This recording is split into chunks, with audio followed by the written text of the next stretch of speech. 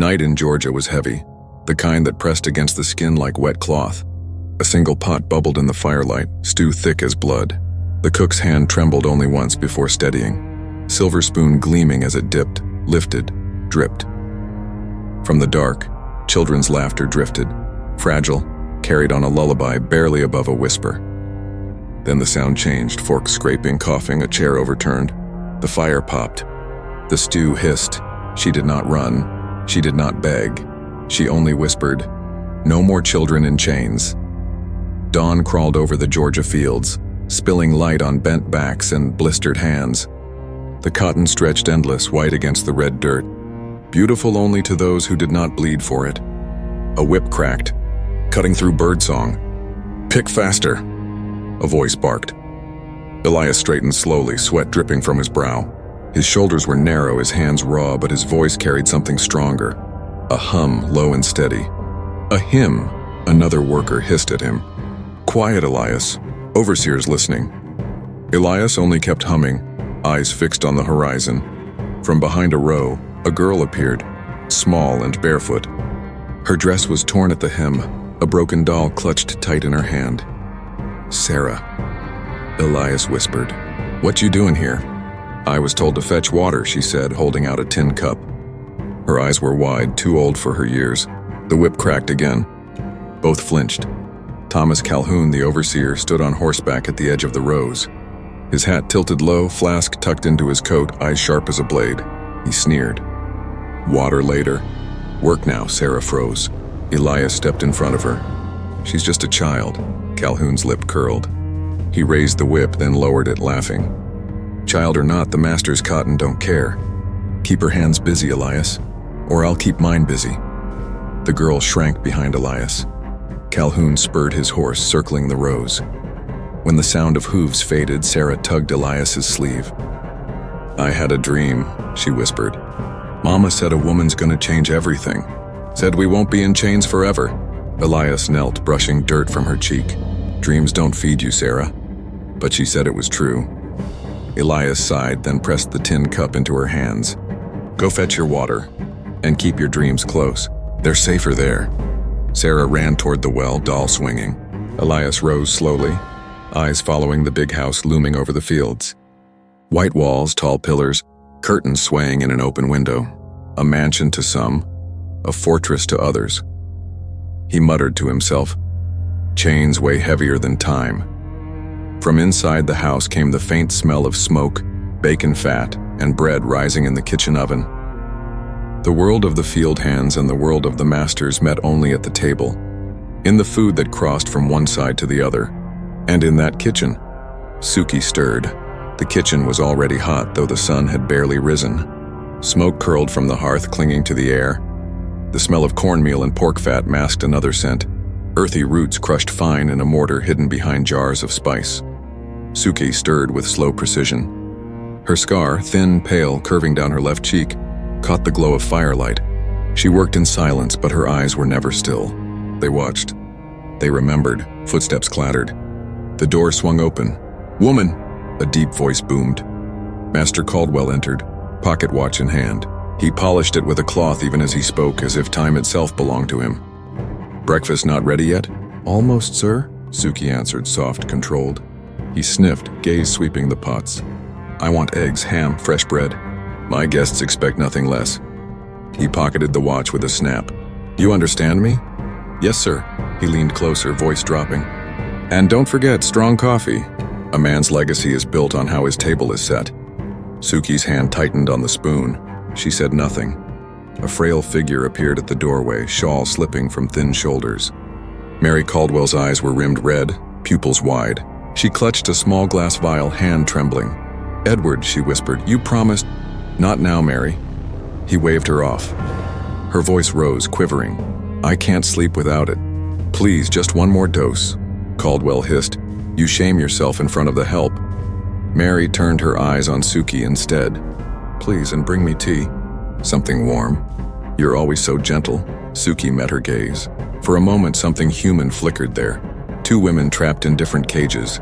"Yes, ma'am." Suki poured hot water into a cup, slipped herbs inside. Mary's hands trembled as she drank. Caldwell muttered, Weakness. That's what it is. Weakness in body, weakness in spirit. But my name will not end weak. He strode toward the door, pocket watch ticking in his palm. Remember, Suki, everything here belongs to me. Every plate, every mouth that eats, every child born on this land. The door slammed shut. Silence returned. Only the fire cracked. Mary's eyes watered. He doesn't mean... Suki's voice was flat. He means every word. Mary clutched her shawl tighter. I pray God will soften him. Suki looked down at her scarred hands, at the silver spoon resting beside the pot.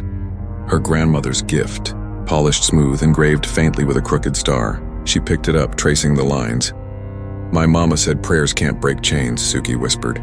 Mary's lips trembled. Then what can? Suki stirred the pot once slowly with the silver spoon. The fire popped, sending sparks upward. She didn't answer.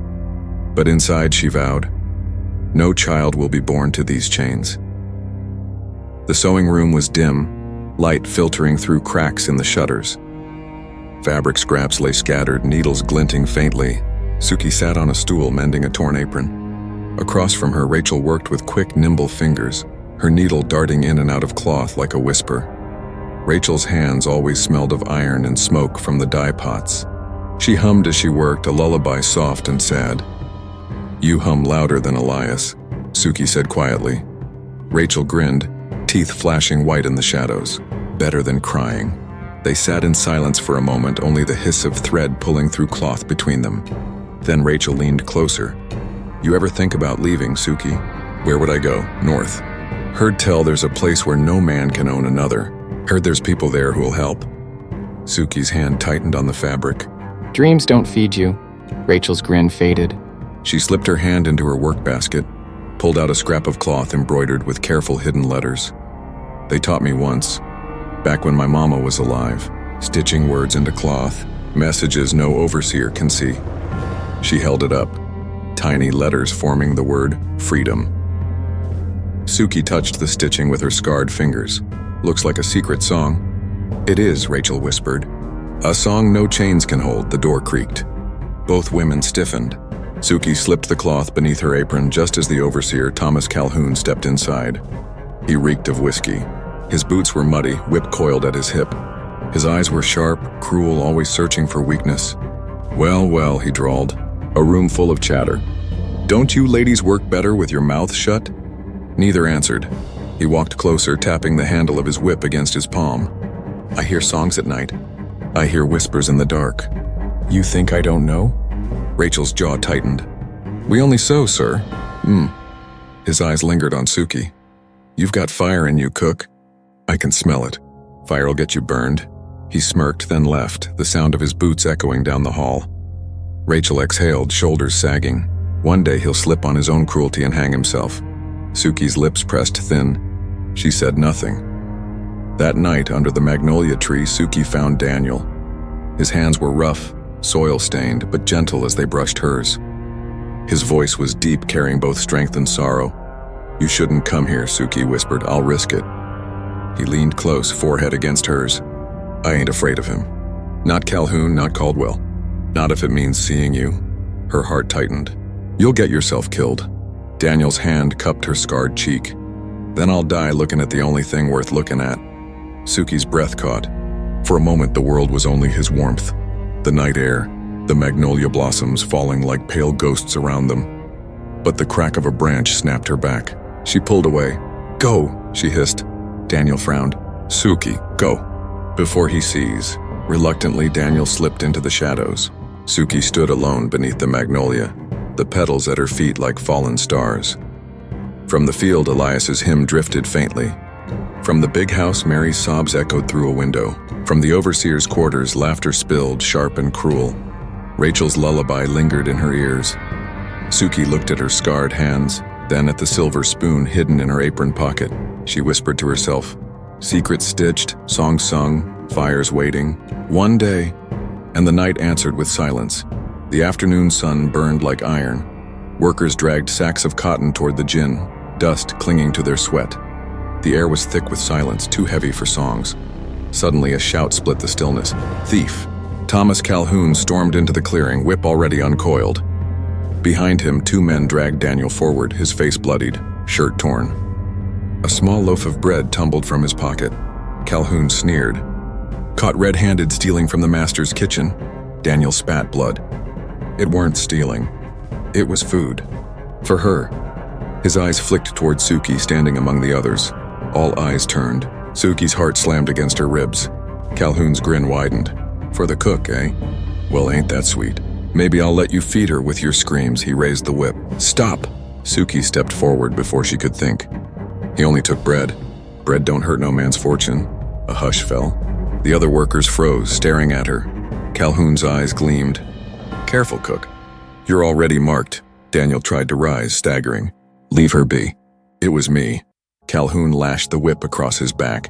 The crack echoed like thunder. Daniel cried out, falling to his knees. Suki lurched forward, but Elias grabbed her arm. Don't, he hissed. They'll kill you too. Calhoun circled Daniel, whip dragging in the dirt. Every seed planted here belongs to the master. Every hand, every mouth, every womb. Remember that. The words slashed deeper than the whip. Suki's scar burned as if fresh, memory flaring of her mother sold away, her grandmother branded. Daniel coughed, blood on his lips. You'll choke on your own poison one day, Calhoun. The overseer struck again and again until Daniel collapsed in the dirt, motionless but breathing. Children wept quietly. Rachel covered her mouth to stifle a cry. Old Isaac bowed his head, blind eyes leaking tears. Sarah clutched her broken doll, trembling. Suki's voice broke the silence, low, steady. You think you own every seed? Seeds grow wild. You can't chain the roots. Calhoun turned, eyes narrowing. For a moment, the whip twitched as if he'd strike her too, but he only laughed, cruel and sharp. Careful, cook. Fire like yours burns fast. He strode away, leaving Daniel broken in the dirt. The crowd dispersed slowly, whispers rippling like wind through dry grass. Some prayed. Some cursed under their breath. All carried the weight of what they had seen. Suki knelt beside Daniel, lifting his head gently. His breath rattled, eyes barely open. You shouldn't have, she whispered. He managed a faint smile. I'd do it again. Tears blurred her vision. She pressed her forehead to his, voice trembling. I'll end it, I swear. No more children born to chains. Daniel's eyes closed, but his lips curved in the ghost of a smile. Around them, the air was still, the cotton fields silent. But inside Suki, something had shifted. Her vow was no longer a whisper. It was a blade. Night pressed heavy over the plantation. Crickets sang. Frogs croaked by the marsh. But inside the quarters, the air was too tense for sleep. Suki sat by the dim glow of a candle stub, grinding something in a small wooden bowl. The pestle moved slow, steady. Crushed roots, bitter herbs, a trace of powder she'd bartered from a traveling peddler. The smell was sharp, metallic. Old Isaac shifted on his stool, listening with his blind eyes turned toward her. His hands trembled on his cane. You walk in a narrow rope, child. I know, she whispered. But it's the only rope left. Isaac's head tilted. What you mix in smells like trouble. Suki paused, grinding slower. Trouble's already here. I just mean to give it a name. A creak at the door made her snap the bowl shut. Rachel slipped inside, clutching a small cloth bundle. Sister Suki, I found this behind the smokehouse. Might be useful. She unwrapped it. 3 rusted nails, a shard of glass, and a bent silver spoon, tarnished but still gleaming. Suki's breath caught. She touched the spoon. It was the same kind Calhoun's family used at their table. Silver don't rust. Even fire won't kill it. It carries memory. Rachel frowned. What you mean? Suki closed her hand around it. It means one day they'll choke on their own supper. From the corner, Isaac muttered. Symbols feed the spirit. But don't mistake spirit for steel. You'll need both, Rachel whispered urgently. If they catch you, they won't. Suki's tone was iron. The door banged open and everyone froze. Elias filled the frame, sweat dripping, chest heaving. Patrollers coming down the row. They search in quarters tonight. Suki shoved the bowl and spoon into the hearth ashes just as boots crunched outside. Voices barked orders. Stay still, Isaac hissed. 2 white men pushed the door wide, lantern light spilling in. Their eyes swept the room, at the women, at Isaac's blind stare. One nudged the bed with his boot. No hidin'? Elias forced a lazy smile.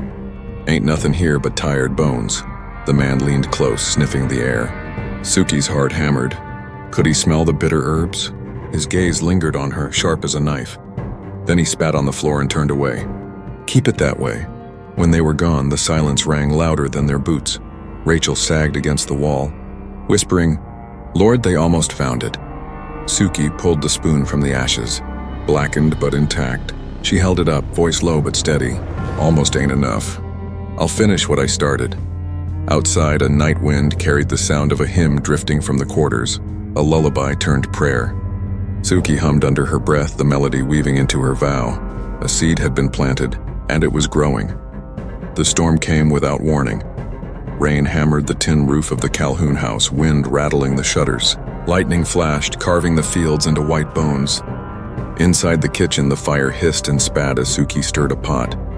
The aroma of stew, rich, heavy with meat and wine, masked the bitter trace of herbs she had ground to dust. Rachel worked silently at her side, eyes wide, hands trembling as she cut bread. Elias lingered near the door, pretending to sharpen knives, his shoulders rigid. Suki ladled the stew into the porcelain tureen, her face calm, though her pulse raced. The silver spoon gleamed beside it, polished clean. A storm outside. A storm inside. The door creaked and Thomas Calhoun entered. His boots tracked mud across the floor. His face was flushed from drink, eyes sharp with cruelty. "Cook," he barked. "Best be good tonight." "I've had a hard day." Suki bowed slightly, voice even. "It's ready, sir." He didn't thank her.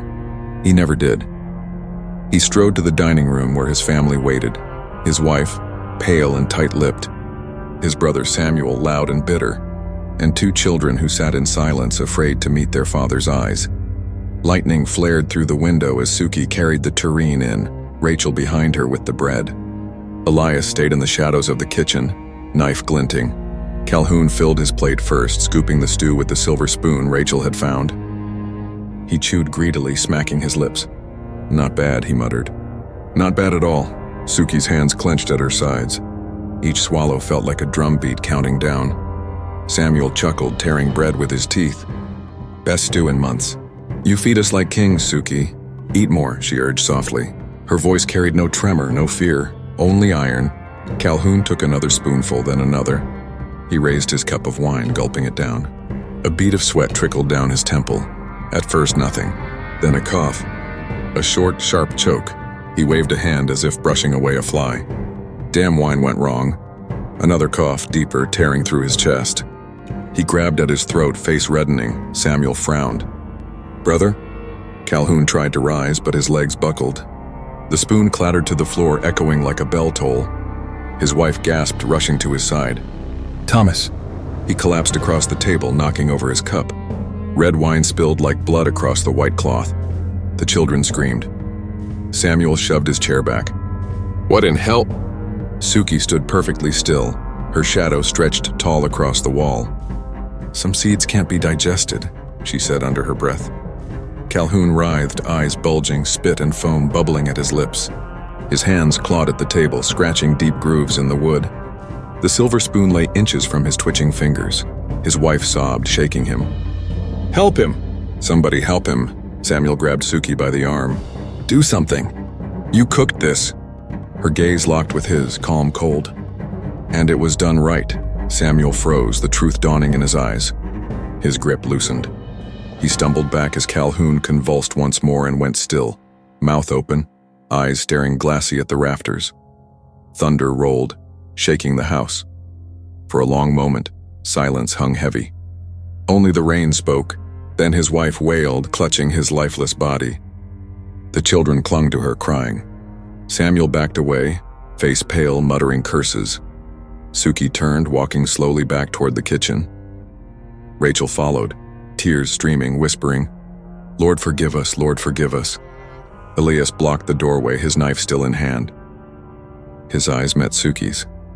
"It's done, then." "It's done," she said. Outside, the storm raged. The wind howled through the trees, but in Suki's chest, a different storm settled into silence. The chains had cracked, the fire had been lit, and there would be no putting it out.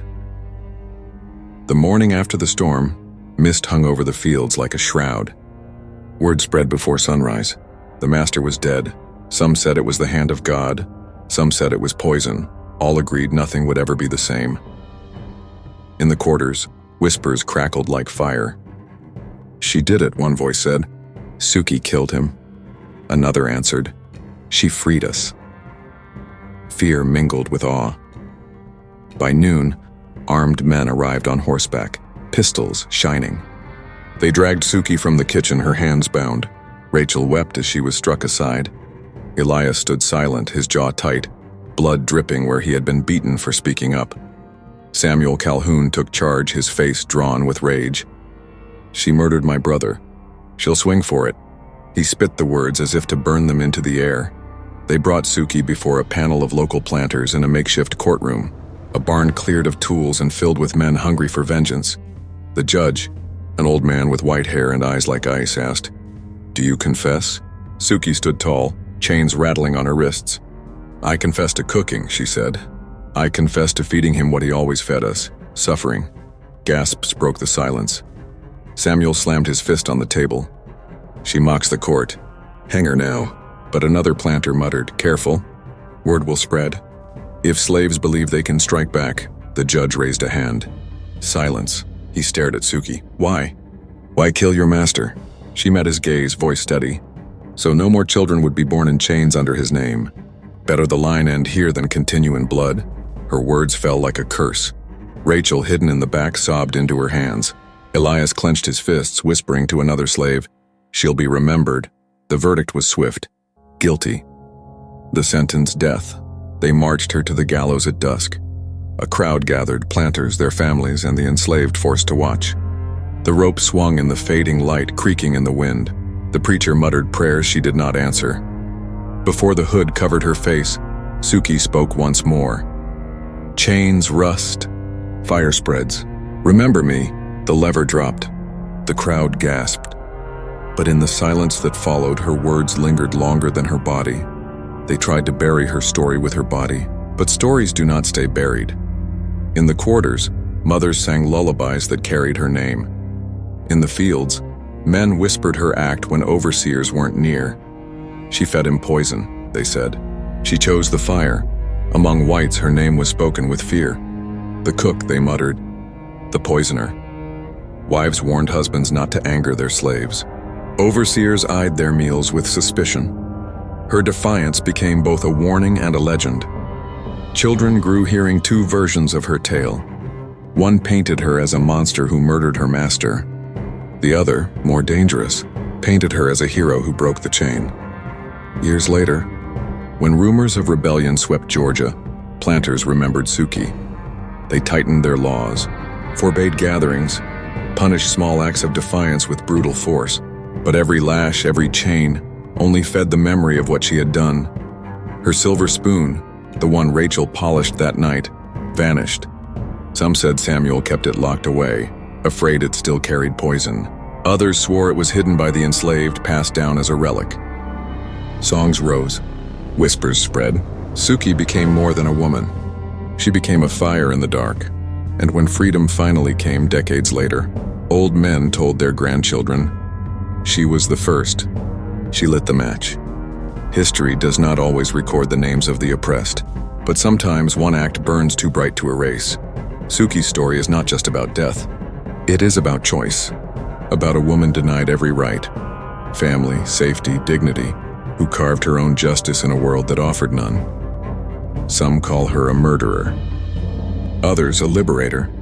Both can be true. What cannot be denied is this: she shattered the silence. She made the unthinkable possible, and in doing so, she forced the world to see that even in bondage, the enslaved held power. The power to resist, the power to end a legacy of cruelty. Her story reminds us that history is not only written by victors, it is carried in whispers, lullabies, and legends told by those who endured. And it asks us one question: what would you do if the only weapon left in your hands was fire or poison? The story of Suki is more than history. It is a mirror. It forces us to confront the darkest corners of human cruelty and the burning spark of defiance that even chains could not crush. Tonight, you've walked through the storm with her. You've seen the fire in her hands, the silence in her final words. So I leave you with this question. If you stood where she stood, if your children faced chains, if your blood was bound to generations of suffering, Would you forgive? Or would you burn it all down? History is not just in books. It lives in us. In our choices. In our voices. If Suki's story moved you, share it. Keep her name alive. Let the fire spread. Subscribe for more hidden histories, more untold truths, more legends buried beneath the soil of time. Because stories like Suki's are not gone. They are waiting. And once told, they cannot be silenced.